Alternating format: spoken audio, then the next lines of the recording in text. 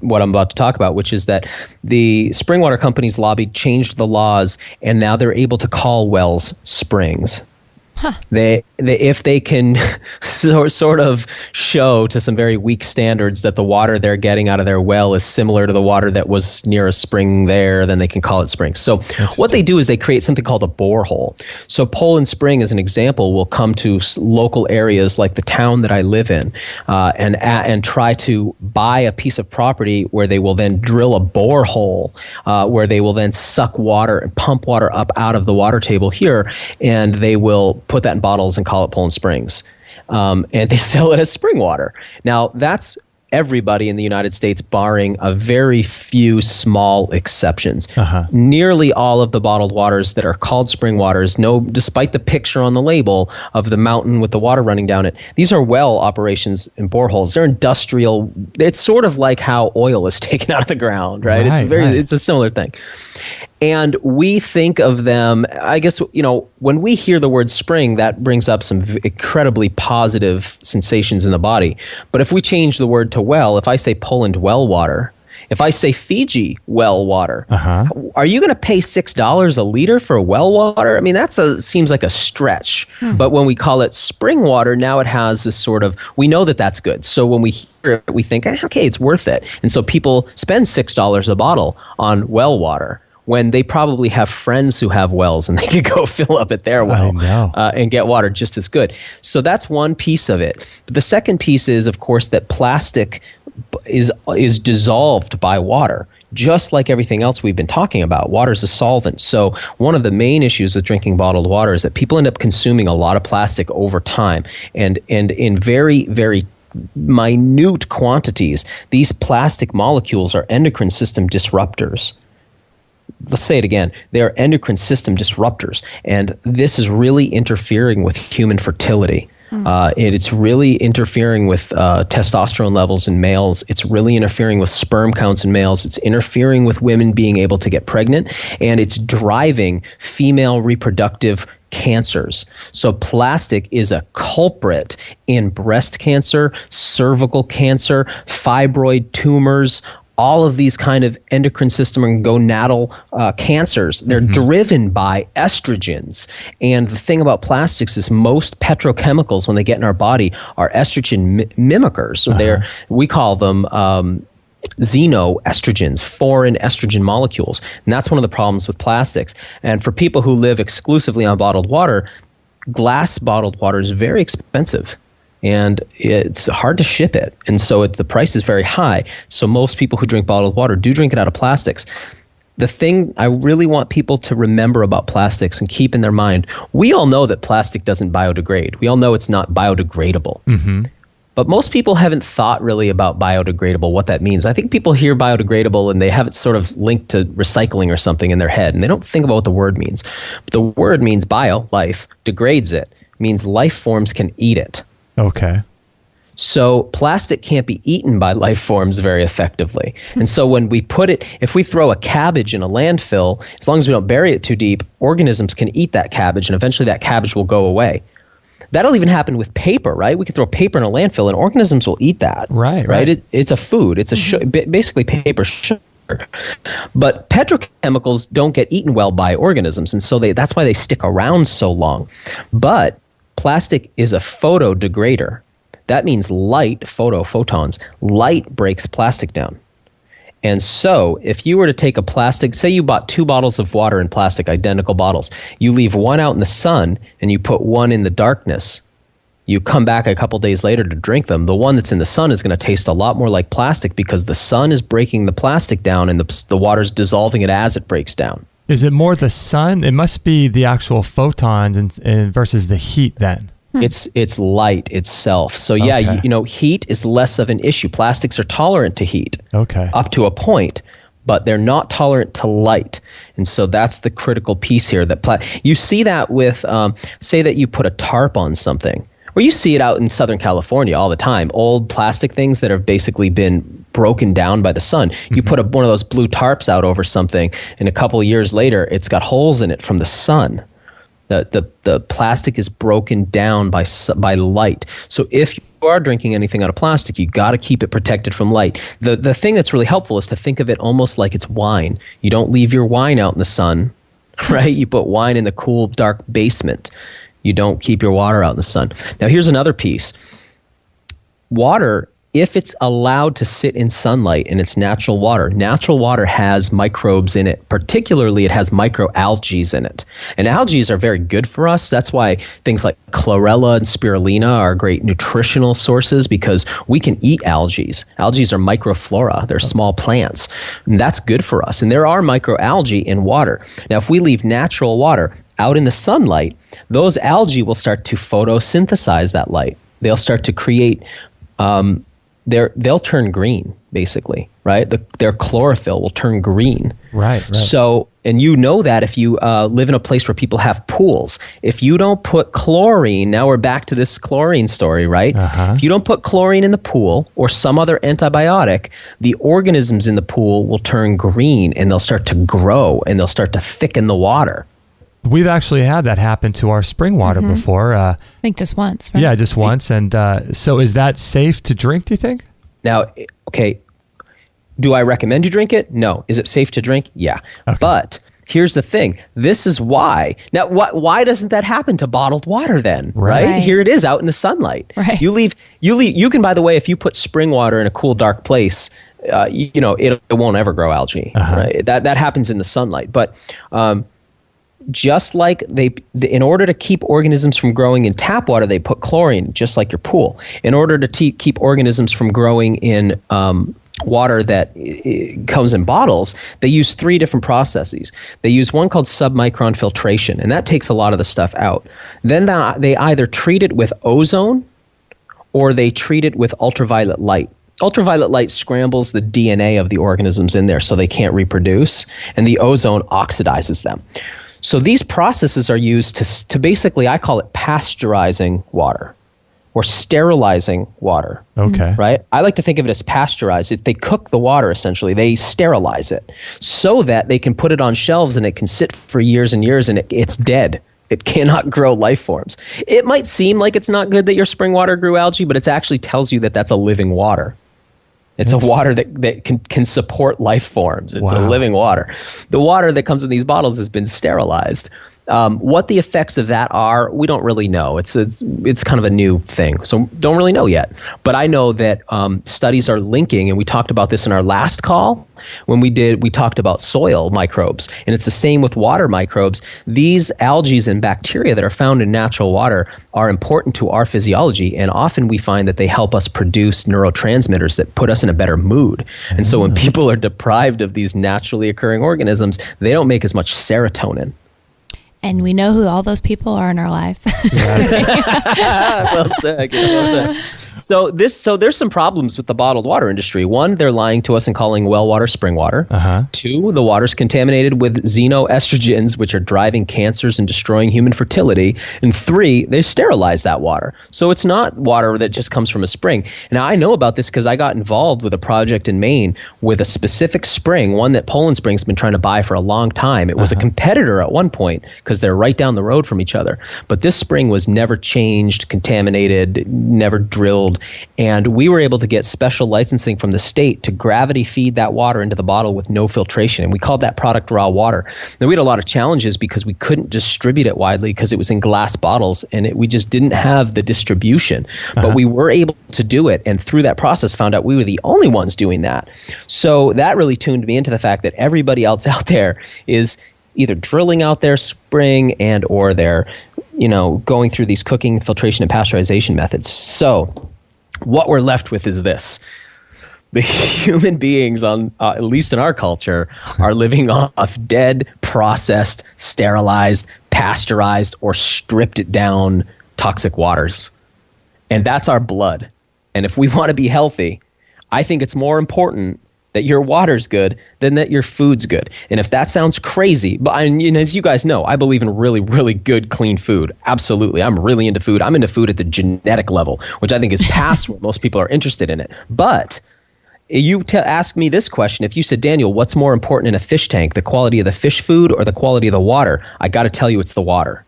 It's got to right? be the water. It's got to be the water. You can't put chemically laden, dirty, crappy water in a fish tank and then put premium organic fish flakes in there and have healthy fish. But if you had really good water and the fish lived in really, really good water and you gave them kind of crappy fish flakes, they'd still be pretty healthy. Now, you can liken your cells to the fish and your blood and your cerebral spinal fluid and your intracellular fluid and lymph to the water. So you're a fish tank. And the quality of the water is more important than the quality of the food, my opinion. That is so interesting. There's just so many issues going on with water that people have no idea. They're about to because we know it. I mean, the wars of the future will be not over oil, but over water. And it's starting already, and we're going to continue to see it. I personally saw it. I was traveling in Ecuador at one point. And we were planning to go to a hot spring. So we were traveling through the forest, and we got to a place where the road was barricaded off because two villages were having a war over water rights. Really? And we couldn't pass because it was too dangerous, and we had to turn around. Now, that's starting to happen around the world, and we're going to start seeing it. And the other thing we're seeing, and this is already underway, and I don't need to belabor this point too much, but there are many corporate interests that want to control water completely. This thing of, if we don't turn this thing around, if we don't turn this ship around, personally, I think the ship's going to sink. So, I mean, like I said in the beginning, but if we don't turn this thing or change this thing, there'll be a day where you'll be describing to young people a day when water was free. Okay, that's They won't scary. even understand it. Yeah. They won't understand it because water will be, like so many other things in the world, completely controlled at the corporate level. And if that sounds crazy, then you just pull up some interviews with Nestle's CEO and watch them on YouTube and hear what they have to say. Read what the World Health Organization has to say on water. Find out what's actually being said, because there are powers and forces and principalities behind the scenes who are trying to determine how they can completely control water. And they're starting in third world countries, and they're working their way back to us. Oh, that's so interesting. We have a couple questions here.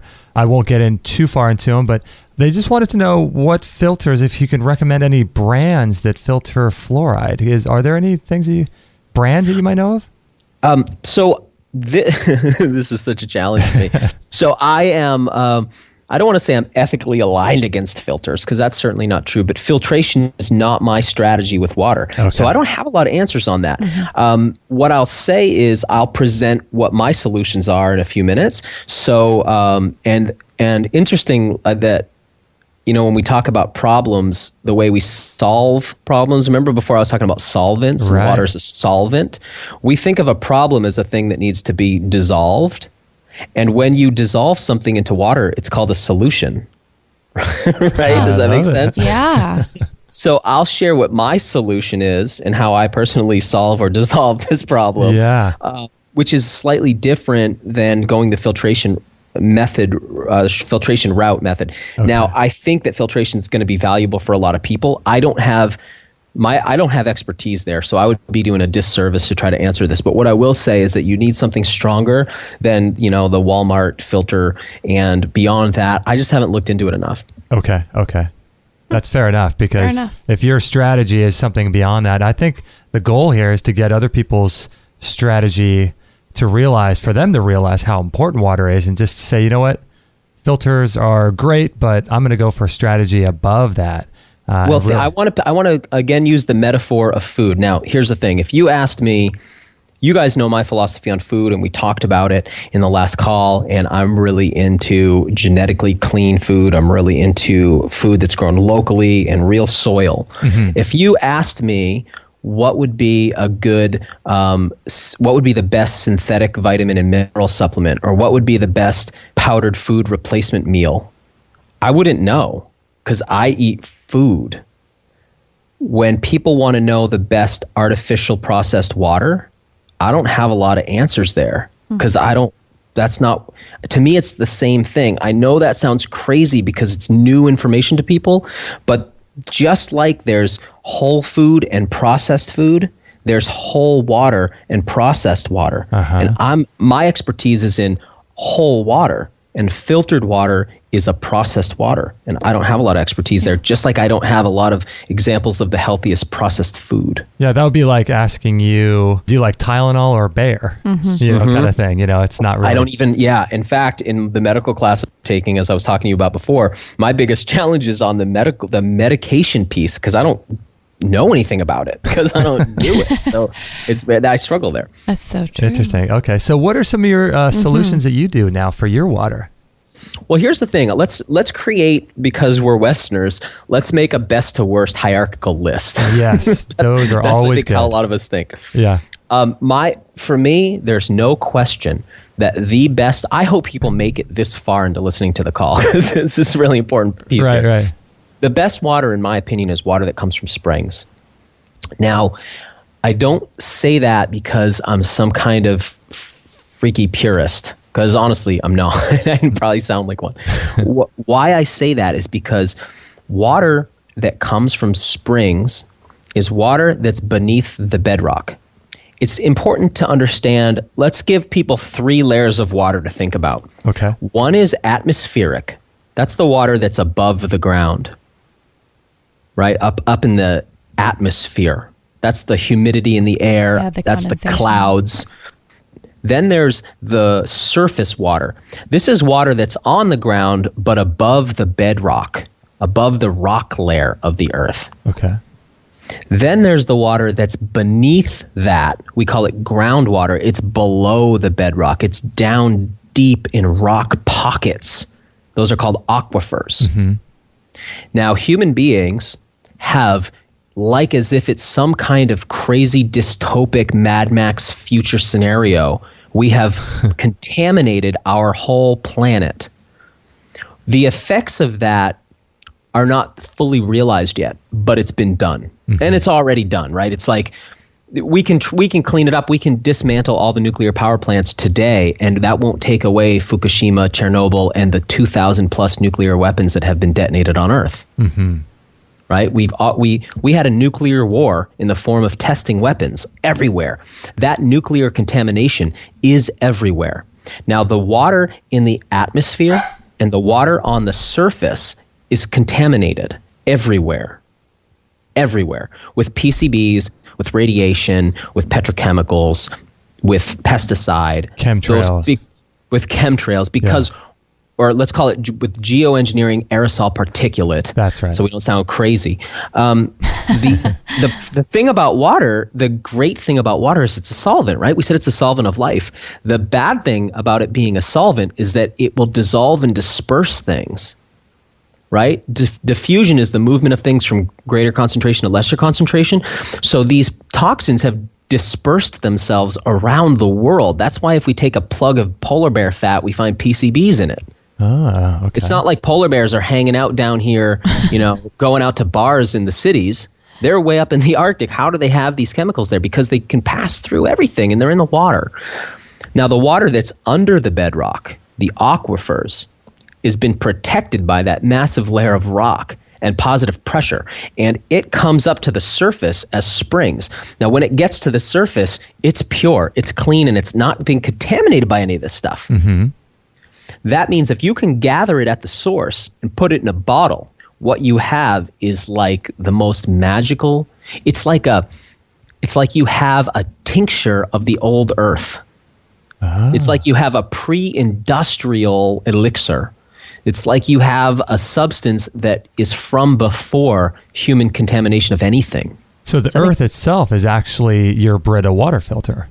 The earth is a Brita water filter. Now, I giggle at the Brita water filter watching somebody screw that onto the sink.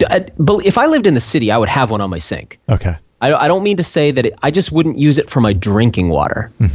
I would still want it for washing my dishes and all of that, right? I'd put one on my shower, but that wouldn't be my drinking water. Now, when you think about the earth as a filter compared to those Brita filters, I mean, it's a joke. It's a joke. Yeah, they're right? Even a really good filter, because the earth is a not just a chemical level filter, it's a biological filter. It's life forms mixed with rock material filtering stuff over the course of hundreds and thousands of years. But what's so interesting? The water in those spring pockets is ancient and it's uncontaminated. And this means, so let's go back to the original conversation, which was we're 60, 70% water. Uh-huh. You have the opportunity to drink this spring water. Now, if you drank that spring water, that would mean that 60 to 70% of your body was made out of something pre-industrial, was made out of something that wasn't contaminated.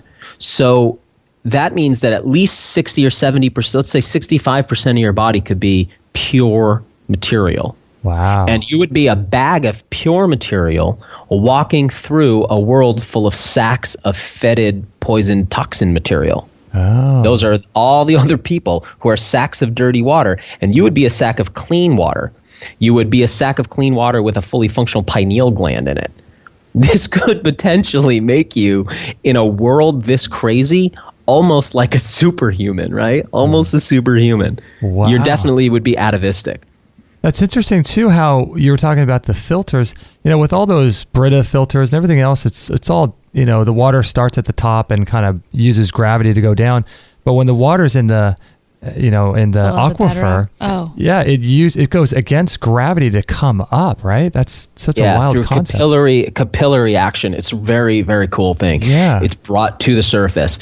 And it's brought to the surface in a flow. It's truly amazing. Anybody who hikes in the mountains, you know, I know that actually, strangely, we're at that time in history where there's a lot of people who've never hiked, but but for the people who hike in the mountains, you sometimes have to ask yourself, where are all these rivers coming from off these mountains? Is there a lake at the top of every mountain? How come every mountain has streams coming down over it, if we're not in the desert at least? Most mountains we go up to have forests on the top, and there are streams running down. Now, it doesn't rain every day, and there's no lake up there. Where is it coming from? It's coming from springs.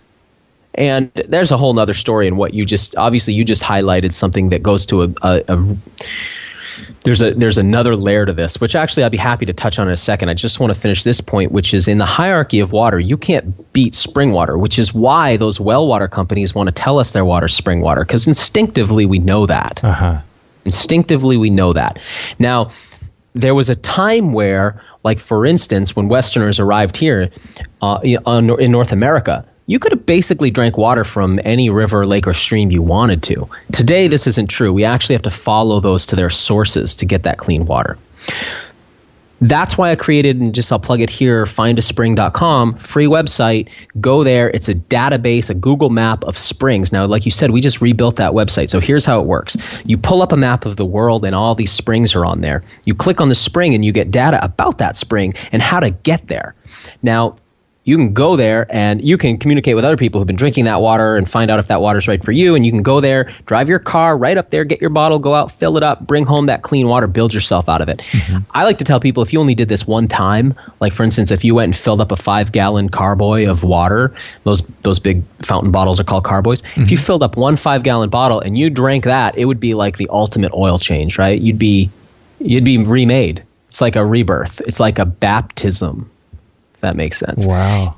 Right? You'd rebuild yourself completely. You'd flush out all your old water. You'd put in all this new water.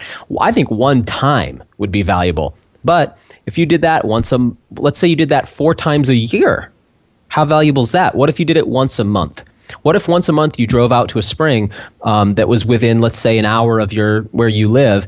Sometimes for me, it's 10 minutes. For some people I know, they've got one in the yard. For some people, they drive 2 hours. I've met a guy who flies his Cessna to a spring. Oh, so anyway, you find a spring, you fill up your bottles, you bring enough bottles to get a month's supply, and now you only have to go once a month, right? So that's a strategy in and of itself, and that's why I created findaspring.com. And if you find springs or know of springs that aren't on that map, you can submit them, and that's how we build that database. So that's a really great resource. Again, source is the French word for a spring, so resource. I love it. That's what we use all the time. We use that website all the time. We totally do. Yeah. Great. Thank website. you. I hope you like the new site, and we're looking for feedback too on that site, because obviously it's new, so we're working out all the kinks still. My next level strategy, if I couldn't get to a spring, I would be looking for friends that have drilled wells. Okay. I would be looking for a drilled well. A drilled well. Now, there's 2 kinds of wells. One's called a dug well. I have one here on my property. That's where people dig down. If you've ever gone to the beach and you've dug down into the beach sand until water starts to fill in because you're at the water table, that's like what a dug well is. So a dug well is an old technology. You dig a hole until you get down to the water table, and that fills in with water. Now, the problem with that is that's that surface water we talked about before. So that water will be contaminated with whatever is in your environment there. So if you live near the coal plant, or if you live near, the paper mill, that water is going to be contaminated with that stuff. But a drilled well is an artificial spring, and that's where the bedrock is drilled, and you drill down into a water vein, and the water that comes up to your well is basically like an immature spring almost. I see. It's like an artificial spring. Now, if you know somebody with water like that and it's good quality water, then you've got basically something very close to spring water that still comes from the ecosystem, and you can fill that up. So that would be my next strategy. So well water can be considered or likened to maybe like a premature baby kind of thing? I think of it almost like an unripe fruit. Okay. It's almost like an unripe water. I say that because that water has not been brought to the surface by itself yet. Okay. And a lot of people are going to hear that and go like, that's crazy. What's he talking about? But here's the thing. For people who are listening who've lived in rural areas, what they'll know is that a lot of the people who have wells have a well that smells like eggs because it's really rich in sulfur. Right. Or they'll have a well that stains all of their fixtures with iron deposits because it's too high in iron. Mm-hmm. Or they'll have... there could be so much calcium, magnesium contamination of that water because that water hasn't cleaned itself completely on its journey to the surface. Typically, springs aren't like that. Typically, springs are very clean water most often because that water's come up by itself and it's basically shagged off all its minerals. It's shed all those minerals. And it comes up very low. And it comes up with the healthy ratio of electrolytes. I see. Okay. So sometimes wells, you drill into them and that water is not really ready to come up. So, but I would choose that water over a host of other waters. Okay. I'd rather have water with too much minerals than not enough. Okay. So well water would be a good second choice. Yeah. And you can tell it's like that where it's like, this is really great. And that, it's got that kind of unsure quality to it, doesn't it? Yeah. Well means like okay or good, right? Like he's doing well. Right. So my next choice after that, but it's probably a toss-up. I think after that, you're looking at probably bottled water or filtered water. Bottled water, I know a lot of people who get water from Mountain Valley Spring because they have a nationwide distribution in glass. Okay. It's a very high mineral water, so some people don't like it over the long term. They don't find it particularly hydrating, but it does come in glass, and they'll deliver 3-gallon bottles to your door. So that's something to look into. Other glass bottles, some people like naturally carbonated mineral waters. They're expensive. Plastic water, there's times where I have to break down and do it, like especially traveling in airports. Mm-hmm. Right. And that's a piece I want to bring up here. Listening to this call, I know some people are going like, oh my God, what do I do? Oh my God. And the thing is that water is so important that even if you don't have the best water, you need to drink what you have. Because you have to, right? You can't not drink water. You can't fast off water for very long. You'll even if all you had access to, if I had a cup of dirty water and you had no water, there'll come that moment where you'll trade me everything you own in this earth for it. That's true. You have to. So drink what water you have to drink. If you have access to only bottled water right now, choose good waters. Read where the source of that water is. And ask yourself, is water from Fiji going to be better for me than water that came from Northern California? Mm-hmm. Ask yourself that. The other piece would be if you have to filter, like I talked about earlier in the call, you basically want to remineralize that water. And just check out, that's all on the article on danavitalis.com on demineralized water. So take a look at that information and I like to use sea salts. There's other products out there on the market, but I think it's hard to beat the electrolytes that Earth chooses in its oceans. So I would look at using a sea salt to remineralize my water. So those would be my options there if I had to choose those. Now, the next piece is how important is your health to you? If it's really important to you, you may want to consider relocating yourself to somewhere where you can have water sovereignty because this reliance... something I haven't said this in a while, but I used to say this a lot in interviews I did years ago. And it's this: LA is a temporary settlement. Tucson's a temporary settlement.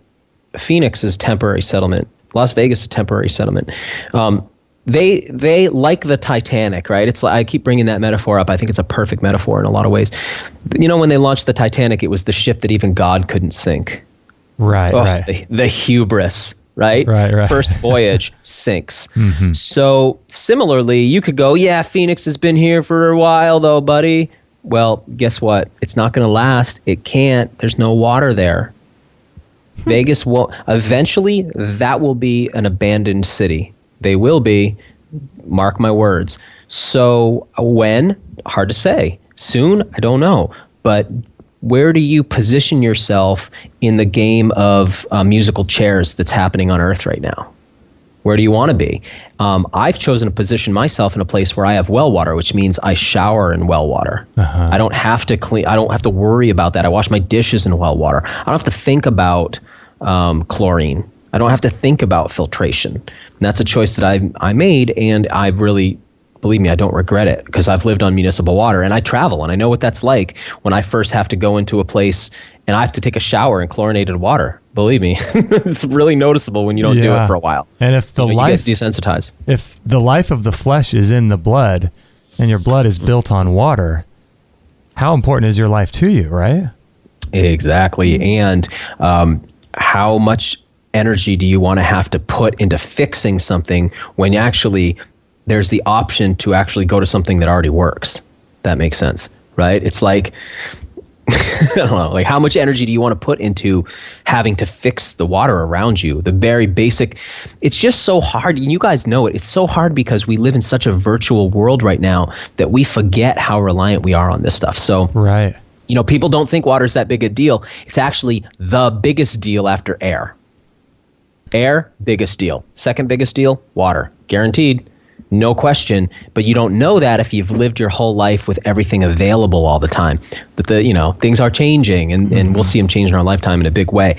So, so that's my hierarchy. Spring water, first choice. My second choice, well water. I have a great well here, and I'll drink that water if I don't have access to spring water. Okay. So, and after that, I would look at filtration and bottling as two options that, there's 7 billion people, and a lot of them are going to just have to do this stuff. And for the people who are here, sometimes I get these people who are like, they'll go off on me, the internet trolls, and say like, well, there's 7 billion people, they can't all do this. I'm not trying to get 7 people to drink spring water. I'm trying to get the people who are worth saving to drink spring water, personally. So, wow. Yeah, there's something to be said about that. And I think that when you start drinking this spring water, it really does, there must be some kind of electrical charge there, or there's something going on, because when you drink it, you feel different. Feel the difference, for sure. Yeah, your mind opens, and we're really just honored to find a spring available to us, because man, that website is to me worth millions of dollars, because without it, we would never have been able to find our spring. And it's the difference of I don't know how else to say it. It's like you go to the goddess Gaia for your water, the living planet, and she freely gives you the overflow of her bounty, or you go through sick, twisted machines made by nincompoops who are obsessed with transhumanism and the controlling of nature and the controlling of humans, and you go with your little cup in hand for a drop of their poison. Of course, it's like crazy. Of course there's a difference. Like, if there wasn't a difference, then check me out of here. I don't want to be here. There's got to be a difference, right? There's got to be something better than the way people are living. But it's sort of like, is there a difference between genetically modified, Monsanto BT resistant corn and maize that the Maya grew? Is there a difference between, a wild pheasant and the, Kentucky Fried Chicken? I'd hope so, right? I'd hope you'd feel different. Yeah, that is amazing. So make sure to check out Daniel Vitalis, and we'll put a link to the article that he referenced during the show about all the waters, the way you can remineralize your water and things. We'll put a link to that on this show page, which is extremehealthradio.com/121. And we'll also put a link to Find a Spring. And they're also doing a fundraiser there on Find a Spring. So if you wanted to donate, I believe there's places to donate. And check out that I appreciate website. Bringing that up, because our goal with that site is what we want to do is eventually be a nonprofit that goes from town to town, helping towns turn their springs into parks and preserved lands. So that's the ultimate goal. And, we want to see people recognize, because most of the springs I go to, it's amazing how they are in the back alleyway of the town. Like people don't know that they have any value. Yeah. And meanwhile, everybody's lining up to pay more for their water than gasoline, and there's a spring down the street. No one's using it. It's just shocking. For free. Yeah, it's just amazing. For free, and it's better water than they're buying. Yeah, wow. Thanks, Daniel, for spending some time with us. I know you're up against the clock yourself, so I want to just say thank you, and we appreciate your time today. Big time. Can I close off with a little piece here? Sure. The Bible starts off, it's the second verse of the whole Bible. It says that the Spirit of God, this is prior to the earth's creation. It says, in the beginning, God created the heaven and the earth. And it says that God's Spirit moved across the face of the waters. And one has to ask themselves, like, what waters are they talking about? This is before the earth. What waters? And then we see all these cultures talk about water as the first thing, that the universe is water. Mm-hmm. And that seems completely ridiculous at first. Then you start to look deeper and you realize that what the universe actually is made of almost entirely is hydrogen. Almost entirely, it's hydrogen. Almost completely. So much so that if we were going to do the average, basically the universe, or if we were going to, estimate it, the universe is basically hydrogen. Hydrogen means to make water. Water we hear of as H2O. It's two hydrogen molecules. It's basically what it is hydrogen gas. Again, what the universe is basically made of. If you burn hydrogen gas, the ashes are water. That's why a hydrogen car, when it burns hydrogen, its exhaust is water. Uh-huh. The universe is basically water in its proto-unburned form. And when it burns or oxidizes, it turns into water. The earth is essentially made out of oxygen. It's primarily oxygen. That's the most abundant thing on Earth. The sun is primarily hydrogen. When they mate, what's created is water. When the universe burns through the energy of creation, it turns into water. The universe is made out of water. It's just in a form that's gaseous that we don't recognize. But water is the fundamental thing. I mean, if we were going to say, what's the universe really? It's hydrogen, the generator of water. That's what the universe is. And so we actually are embedded in the most sacred and magical substance, and it gives rise to life. And we've fallen so far from wisdom, even though we think we've gained all this understanding, that we're blind to the fact that it's actually really all about water.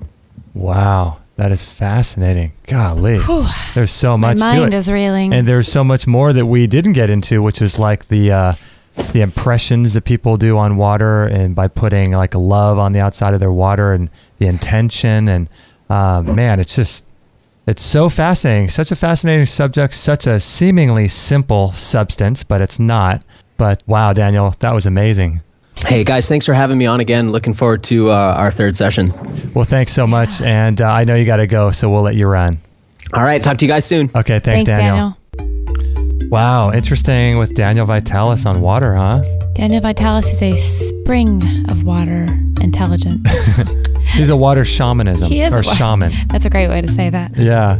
Maybe we'll title this the water shamanism or something. Oh, that'd be good. He'd like that. Yeah, he's a very fascinating guy. Whew, I feel like my head's spinning right now. Yeah, and there's so much going on with water. And man, when I see people drinking tap water with no filters, it makes you really think. It sure does. Doesn't it? Mm-hmm. Just amazing stuff. So if you have the ability to go to findaspring.com or go to a spring that's in your area, please do that, because it's really an amazing resource, as you just heard. And findaspring.com is completely free. And it has been redone. It looks amazing from when we first started even using it. It's always been a great tool, but right now it looks really killer. Yeah, it looks amazing, and they've completely relaunched it as of this recording. And do what you can to get as much spring water as you can. We have about 6 gallons that we use, 6-gallon glass carboys that we take, and we have a bunch of other glass bottles, and we'll go to the spring probably once every couple months. 5 times a year, probably. Yeah, 4 or 5 times a year. And a couple hours away. And, in the meantime, we'll do spring water from the store. We'll do plastic stuff in the meantime, but we try to go to the spring as much as we possibly can. And like he was saying, if you even do it once in your life, let alone as much as you can, you're really helping yourself out. So go on to findaspring.com and check out that resource for you so you can start getting some of the spring water yourself, and just make it a practice and make it something that you ease into. If all you have is plastic bottles, then take those and save up and get one glass one, and then save up the next time, and just kind of do it as a practice and do it as a way to build a discipline. Go out and get that spring water and make it a fun trip. If you're anywhere close for a road trip, it can be a fun day. You and I go and we just make it listening to different shows and talking about different ideas and stopping and getting some really great food and we do a trip out of it. It takes us about an hour. I'd say an hour probably a couple hours to get there. And even more coming home. We take the long way home, the back roads. Woo! It's an adventure. It takes like 4 hours. It takes a full day. It's fun though. It's a full day, but if you do it once every few months, it's like he said, what are you building your blood out of? Your blood is, your heart pumps your blood to all your organs and carries oxygen-rich red blood cells and immune system white blood cells around. And, what's the median that you're using to transport your immune system and things? Yep. So it's pretty important. So anyway, I want to thank you for joining us on this show. And don't forget to visit findaspring.com and danielvitalis.com. And don't forget to check out our website for more great shows like this. And this is going to be part 2 of our episode with Daniel Vitalis. So we'll be doing part 3 soon. And what else? Anything else to get to? Oh, if you could be so kind as to share this show with your friends. We gladly accept donations from you guys. If you can donate a couple dollars here or there, that would be a huge thing. And if all of you guys did that, that would be very, very helpful to us. But we realize in today's economy, which is another subject for another show, it's difficult out there. It's challenging, I should say, is a better term. So if you can't donate, please send our show to your friends on Facebook and share. Help us out. Yeah, share our links. We'd be really, really appreciative of that. So I want to thank you guys all for being on the call. And if there's anything we could do for you, just let us know. And we hope you have a fabulous day drinking the best water you can possibly find. Speaking of water, we are going to go to the beach. Let's go jump in. Time to go to the beach. So thanks all for listening, and we'll catch you on the next episode. Thank you for listening to this episode. It's time to go for now, but our mission does not end with this show. Justin and Kate will be back with another interview packed full of ideas, discoveries, and unique ways to regain your health. Head on over to extremehealthradio.com/subscribe and instantly download our free gift too that contains cutting-edge strategies to start making healthy lifestyle changes today. No material on this blog is intended to suggest that you should not seek professional medical care. Always work with qualified medical professionals, even as you educate yourself in the field of live food nutrition and alternative medicine. I'm not a doctor, nor am I offering readers or listeners medical advice of any kind. None of the information offered here should be interpreted as a diagnosis of any disease, nor an attempt to treat or prevent any disease or condition. While information in this blog and during this podcast is discussed in the context of numerous conditions, it can be dangerous to take action based on any of the information on this podcast or in this blog, or to start any health program without first consulting a health professional. The content found here is for informational purposes only and is in no way intended as medical advice, as a substitute for medical counseling, or as a treatment or cure for any disease or